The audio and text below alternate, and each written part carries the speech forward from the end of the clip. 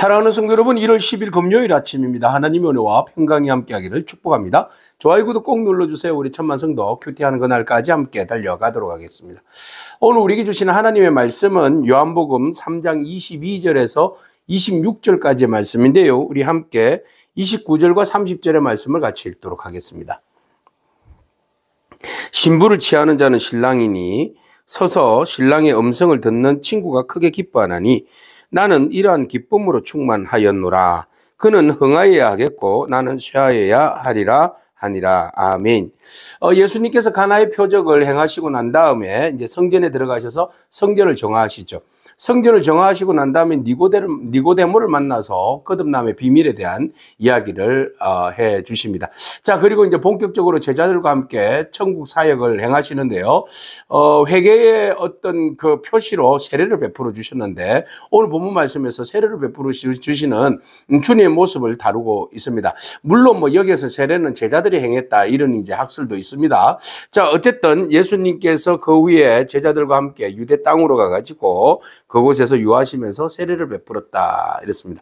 자, 세례는 누가 또 베풀었습니까? 세례 요한입니다. 자, 세례 요한의 제자들이 보니까 많은 사람들이 예수님께로 몰려드는 거예요. 그러니까 예전에는 세례를 받기 위하여서 많은 사람들이 요한에게 몰려왔잖아요. 그래서 요한의 그 강력한 직설, 그죠? 그래서 사람들의 막 마음을 휘비파는, 그리고 회개케 하는 그런 어떤 능력의 메시지가 있었는데, 사실은 이제 요한보다도 더 강력한 메시지가 예수 그리스도로 인하여서 주시는 말씀이죠. 자, 그로 인하여서 많은 사람들이 예수님께로 몰려들었어요. 그 요한은 말합니다. 나는 물로 세례를 주지만 그분은 물과 성령으로 세례를 주신다라고 말씀하셨죠.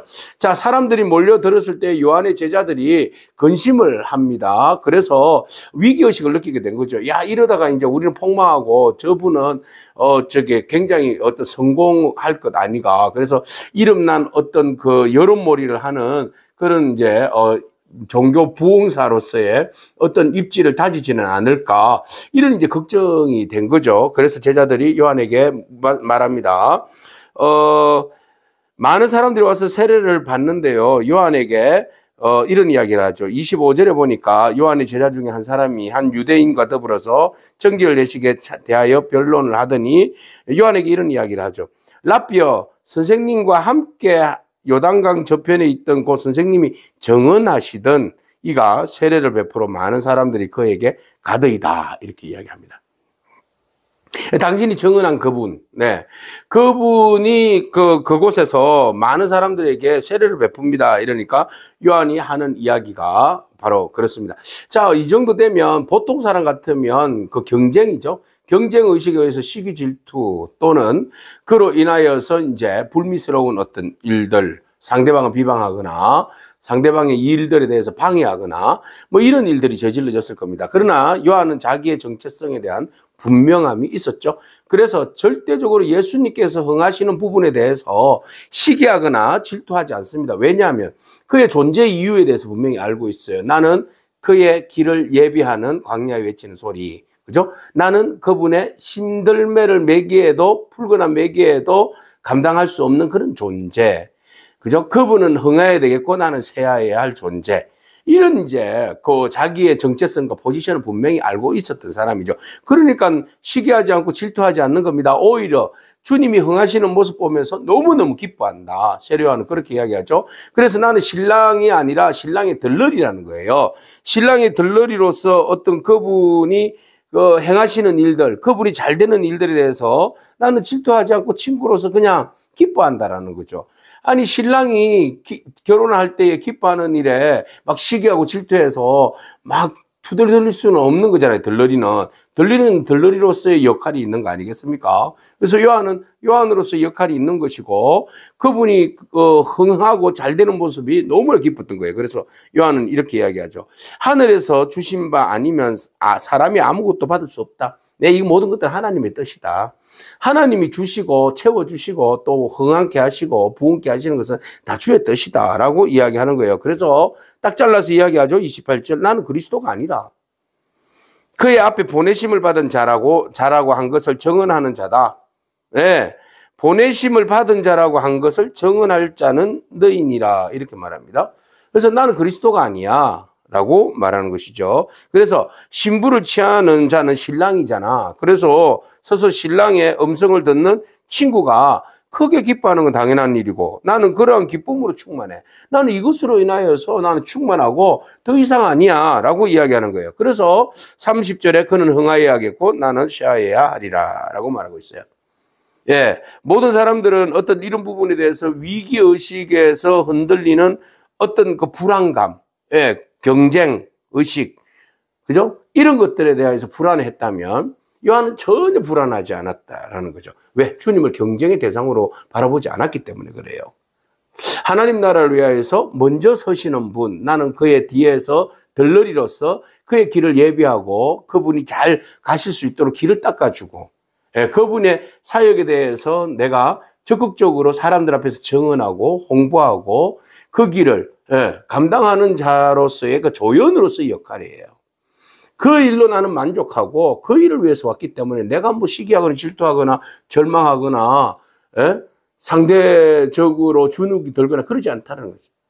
여러분 하나님의 일에 있어서 우리가 주의 일들을 감당함에 있어서 교회를 감당함에 있어서 이런 부분에 대해서 우리가 좀 초연한 마음의 자세 요한에게서 배웠으면 좋겠습니다.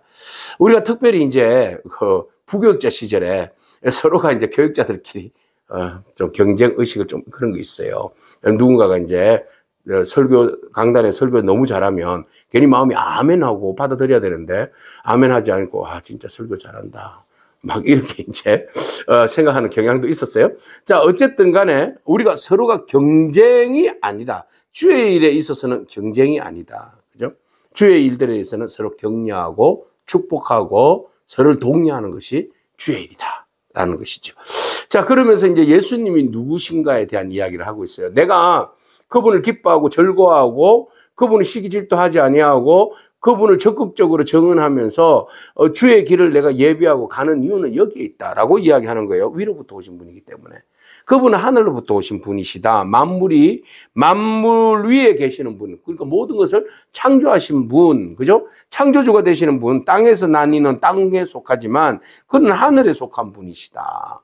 하늘에 계시는 분, 하늘에서 이 땅에 성육하여서 오신 분이야. 그분은 우리 인간이 아니야. 사람의 모습으로 오셨지만 사람이 아니시다는 거죠. 그러니까 내가 그분 하나님을 내가 어떻게 비교하고 경쟁할 수 있냐 이 말입니다.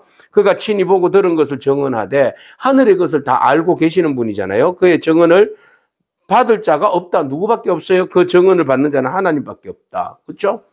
그의 진정한 뜻, 그 안에 있는 모든 것을 아시는 분은 하나님밖에 없어. 그분에 대해서 신비, 하늘에서 오신 분이라는 것을 지금 강조하고 있는 겁니다. 그러면은 그 하나님의 뜻을, 하나님의 신비를 우리가 알 수 있는 방법은 뭐예요? 성령님께서 함께 하실 때. 그래서 하나님이 보내신 이는 하나님의 말씀을 그죠? 하나님께서 보내시는 분은 하나님의 말씀을 말한다라는 거죠. 그 진리를 말씀하시는 거예요. 그래서 이는 하나님이 성령을 한량 없이 주심이니라. 성령 안에서 말씀하시고 그 말씀을 깨닫는 것도 하나님의 영에 성령에 의해서 깨달아지는 것이고 하나님께서 우리에게 성령을 부어주심으로 인해서 말씀을 진리로 깨닫고 알고 예수를 알고 믿고 신뢰하고 그분을 찬미하게 하신 것이죠. 그러니까 모든 것들은 하늘로부터 오신 이를 우리가 알 수 있는 것은 그 신비이기 때문에 알 수 없다. 그러나 하나님께서 영으로 성령으로 우리에게 그분의 신비를 알 수 있는 은혜를 주셨는데 진리의 말씀이다. 말씀이 우리 안에 있음으로 인하여서 우리는 더욱더 예수 그리스도에 대해서 알 수 있다라고 요한은 말하고 있습니다. 자, 그 다음에 그래서 아버지께서 아들을 사랑하셔서 만물을 다 그의 손에 주셨으니 우리는 모든 것이 하나님의 창조물이고 그리스도의 통치 아래 있는 거죠. 그래서 그리스도께서 우리를 통치하고 다스리시는데 그분이 진정 하나님의 아들이신 것을 믿는 자들에게는 영생이고 아들에게 우리가 순종하게 된다라는 거죠. 자, 순종하지 아니하는 자는 그럼 뭐냐? 영생을 받지 못하는 자예요. 오히려 그들은 하나님의 진노를 받을 자다라고 말하고 있어요. 그래서 둘 중에 하나예요. 영생이냐 진노냐. 영생은 하나님의 아들을 믿는 믿음 안에서 주어지는 거예요. 진노는 믿지 않는 자들에게 주어주시는 형벌입니다. 그래서 빛이 왔을 때 빛을 받아들이지 못하는 자들, 그죠? 악을 행하는 자들, 빛 가운데 거하지 않는 자들이 결국은 심판을 받게 됩니다. 하나님의 진노를 받게 돼요. 그래서 여기에서 결단하라는 거죠. 한마디로 뭐예요? 예수 그리스도를 믿느냐 믿지 않느냐입니다. 요한이 예수 그리스도에 대하여서 믿는 이유는 그분이 하나님의 아들이시기 때문에 하늘에서 이미 우리보다 먼저 존재하신 분이고 하늘에서 이 땅에 오신 분이시고 하나님의 영으로 우리에게 말씀하시고 친히 우리에게 대속에 주로 오시는 분이시다. 이 모든 것들을 요한이 아주 디테일하게 그의 제자들에게 말하고 있어요. 그런데 뭐 그것을 잘 알아들을지 못 알아들을지는 모르죠. 성령께서 역사하실 때 조명해 주실 때 우리가 다 알 수 있는 겁니다. 자, 오늘 본문 말씀을 통해서 신랑을 섬기는 친구의 기쁨, 요한의 기쁨을 우리가 보면서 우리가 예수님께서 이 땅에 오심에 대해서 기뻐하고 즐거워하고 주님께 영광 올려드리는 그런 저와 여러분에게 축복합니다. 또 여러분 함께 동역하는 동역자들에 대하여서 여러분 잘하는 부분에 대해서는 칭찬과 격려가 필요합니다. 괜히 우리 그 같은 동력에 대해서 시기하고 질투하지 않기를 바랍니다. 오늘 우리가 실천해야 할 부분입니다.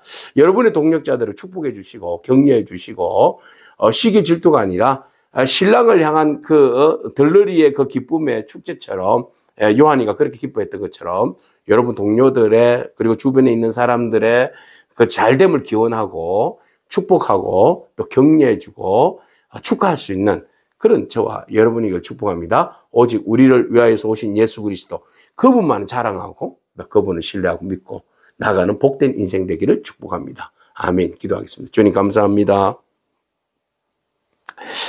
사명을 감당할 때에 우리가 많은 덫에 걸리기도 하고 시험에 빠지기도 하고 상대적으로 경쟁에 의해서 우리 자신들이 곁길로 달려가는 그런 연약함도 있습니다. 하나님, 우리가 주의 일들에 있어서 함께 연합하는 아름다움이 있게 하여 주시고 또 우리가 서로를 격려하고 축복할 수 있는 마음을 다하여 주시옵소서. 요한이 예수님에 대해서 차마 경쟁자로 여기지 아니하고 오히려 주님을 기뻐하고 주님을 축하하며 주님의 뜻을 위하여서 우리는 오로지 조연으로서의 역할을 감당해야만 알았듯이 오늘 우리가 주님 앞에서 주의 영광을 가로채는 자 되지 않게 하시고 오직 주님만 온전히 순종하고 겸손히 섬기는 저희들의 삶이 되어질 수 있도록 축복하여 주옵소서. 예수님에게 하신 이름으로 기도합니다. 아멘. 오늘도 믿음으로 승리하길 축복합니다. 아멘.